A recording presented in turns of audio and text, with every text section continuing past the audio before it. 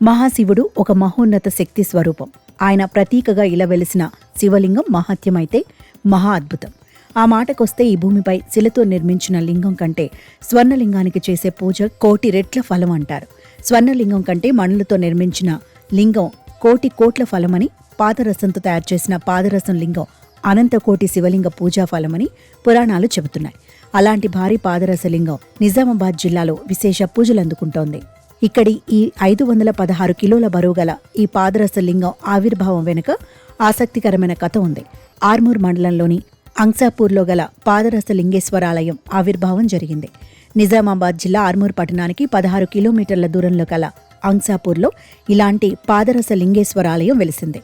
హంపి పీఠాధిపతులు, పుష్పగిరి పీఠాధిపతులు ఈ పాదరసేశ్వర స్వామి ఆలయానికి ప్రాణప్రతిష్ఠ చేశారు.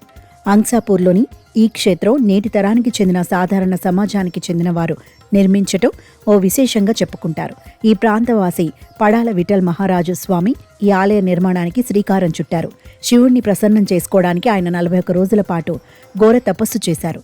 తపస్సు ముగిసే నాటికి తన చేతుల మీదుగా పాదరస లింగాన్ని ప్రతిష్ఠించి ప్రత్యేక ఆలయం నిర్మించాలని శివుని ఆదేశం వచ్చిందట.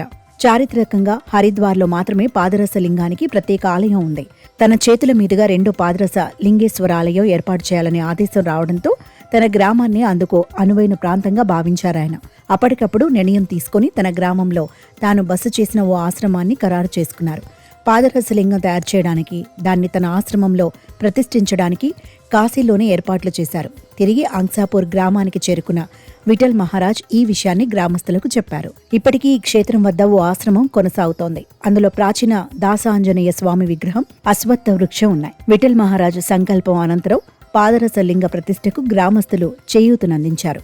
అనేక మంది భక్తుల సహకారంతో ఇది తుది రూపు సంతరించుకుంది. రాతి కట్టడంతో ఉన్న గర్భగుడి భక్తులను ఆకర్షిస్తోంది. భారీ పాదరస లింగం ఆలయం నిండా కాంతులు వెదజల్లుతూ భక్తులను తన్మయత్వంలో ముంచుతోంది. దీని చుట్టూ ఏర్పాటు చేసిన 100 చిన్న లింగాలు మరో ఆకర్షణగా కనిపిస్తాయి. ఒక్కోటి కిలో బరువుండే ఈ చిన్న పాదరస లింగాలు చూడగానే భక్తి పారవస్యాన్ని కలిగిస్తాయి. ఆర్మూర్ నుంచి కరీంనగర్ వెళ్లే ప్రధాన మార్గంలో ఉంది అంసాపూర్ గ్రామం. గ్రామ శివార్లలో ప్రశాంత వాతావరణంలో వెలిసింది శివాలయం. ఇందులోని పాదరస లింగానికి ఎంత ప్రాధాన్యత ఉందో ఈ ప్రాంత వాతావరణంలోనూ అంతే ప్రశాంతత కనిపిస్తోంది.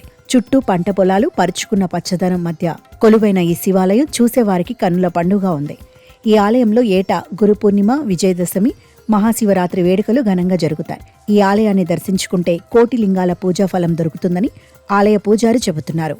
అపూర్వమనబడే అద్భుత ఆలయాలకు మన నెలవు కొలవు. ఆధ్యాత్మిక ఔన్నత్యంతో వెలుగొందే ఈ ఆలయాల వెనుక ఎంతో తపశ్శక్తి ఉంటుంది. అందుకే వీటికి ఎంతో జనాదరణ లభిస్తుంది.